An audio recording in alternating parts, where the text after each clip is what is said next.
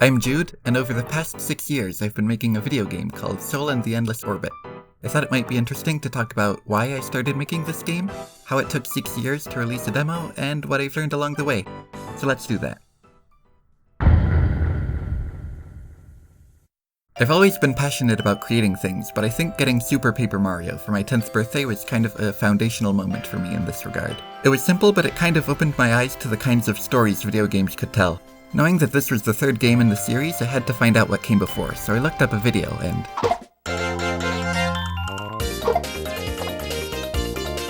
What is this? A whole menu with different attacks to choose from, other playable characters with their own sets of attacks?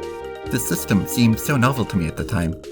One day in class around 2013 or so, I started drawing up ideas for my own turn-based game. Let's see if I can find those.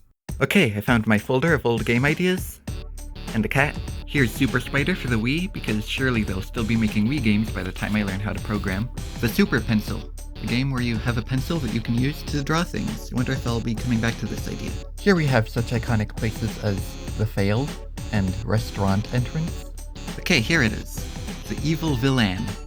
This misspelling is intentional this time, because the villain is named Villain Dan. It rhymes. Why I didn't go with Villain Dylan? I guess I'll never know.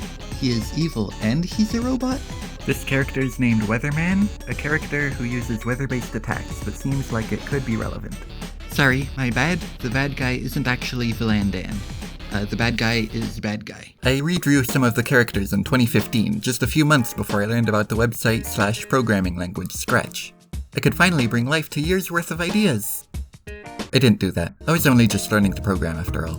I spent a while making smaller, simpler projects, and most of my old ideas were forgotten. Until summer 2019. I was on vacation, and my computer was at home. Deprived of my ability to work on projects, I passed the time by scrolling my phone's newsfeed. Apparently there's been a petition spreading around for Nintendo to remake the second Paper Mario? I had spent a while out of the loop, but apparently people really liked these old games. This got me reflecting on my history with the series, and... Wait a minute. Didn't I have an idea for a game in this style a few years ago? I know how to program now, so why haven't I made anything close to the big, ambitious games I've always wanted to make? The idea of graduating from developing mini-games to an entire RPG got my mind racing with ideas. Let's see if I can find those. I found another folder, and another cat. Nope, that's the same cat. I think these are my first sketches for what would become Soul and the Endless Orbit.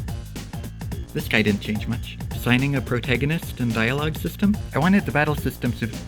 What are you trying to say? I was just describing that the battle system was it's still going. Yeah, I want this part of the video to feel improvised. What were you saying?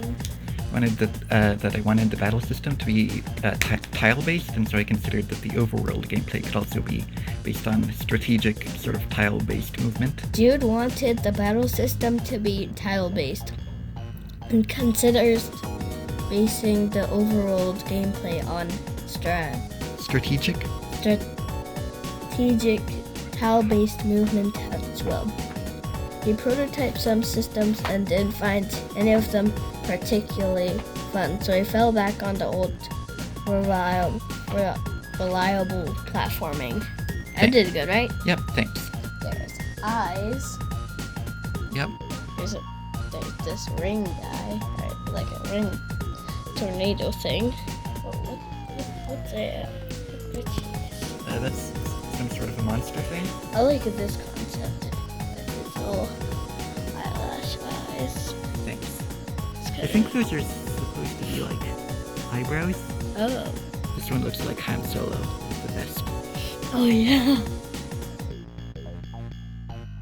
I started prototyping the game in Scratch later that year, and by February 2020, I was able to share a trailer, a one-room demo, and a title.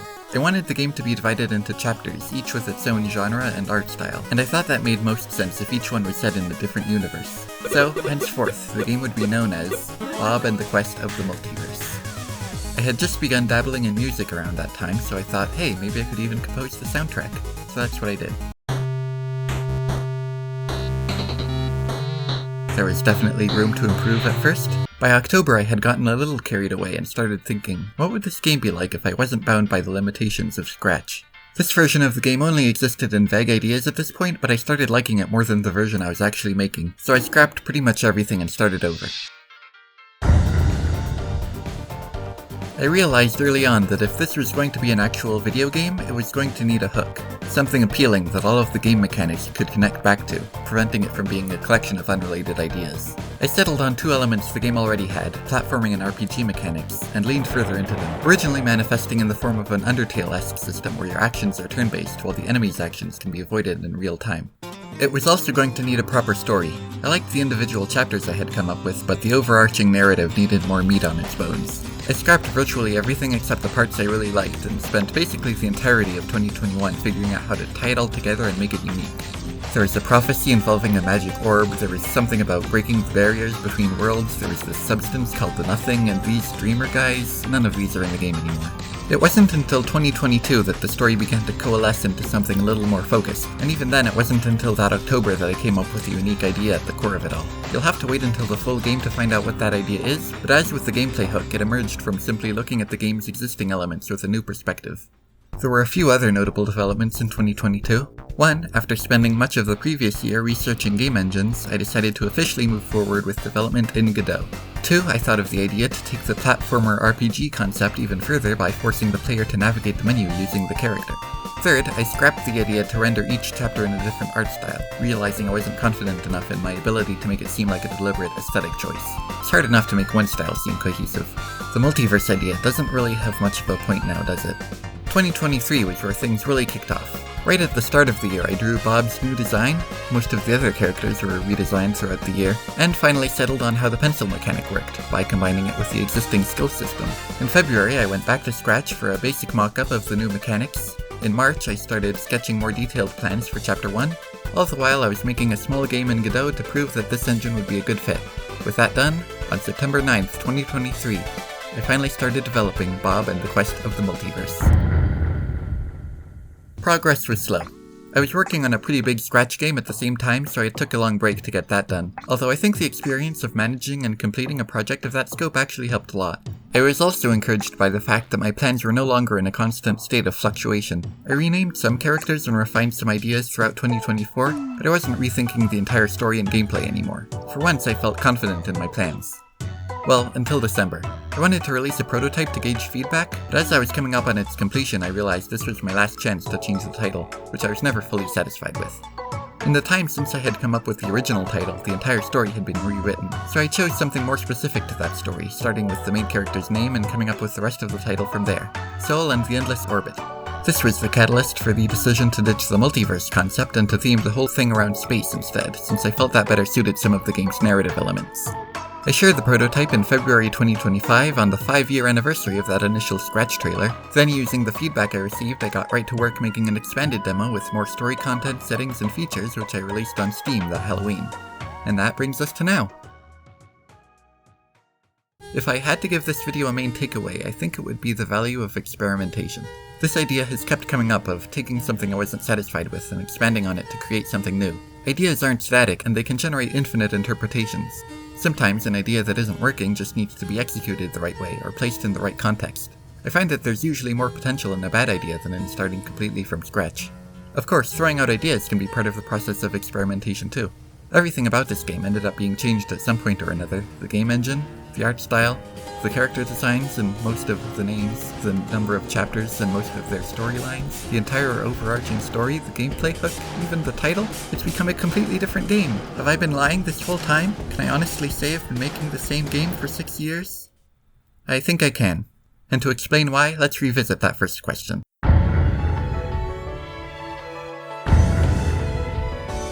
As you can probably tell from how much has changed, I'm not really married to any of the ideas I've come up with. And that's because at this game's core, more fundamental to its identity than the story or gameplay, is a simple motivation. I want to make something good. Long before I started making games, even before Super Paper Mario, I've had this motivation. I wanted to see what would happen if I pushed myself to my creative and artistic limits, if I attempted to concentrate all my ideas into a single experience. This motivation has manifested in a few different ways and in different projects over the years, but none have ever been as ambitious as this, and none probably ever will be, because when it's done, I'll finally find out what I'm capable of creating. I hope you'll be there to find out with me. And you can do that by going down to the description and wishlisting the game on Steam and maybe even joining the Discord. It really helps. By the way, I mentioned I got my start in game development through Scratch. Well, I'm coming up on the 10-year anniversary of my account next month, and I'm thinking of commemorating it with a stream playing through and discussing 10 years worth of my own games. Here's a preview of what that'll be like. Okay, so, this game.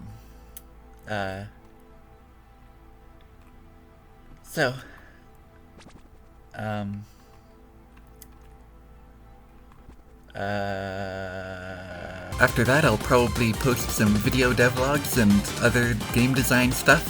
So if any of that sounds cool, there's a subscribe button. You can click it if you want. You don't have to. I'm not your boss.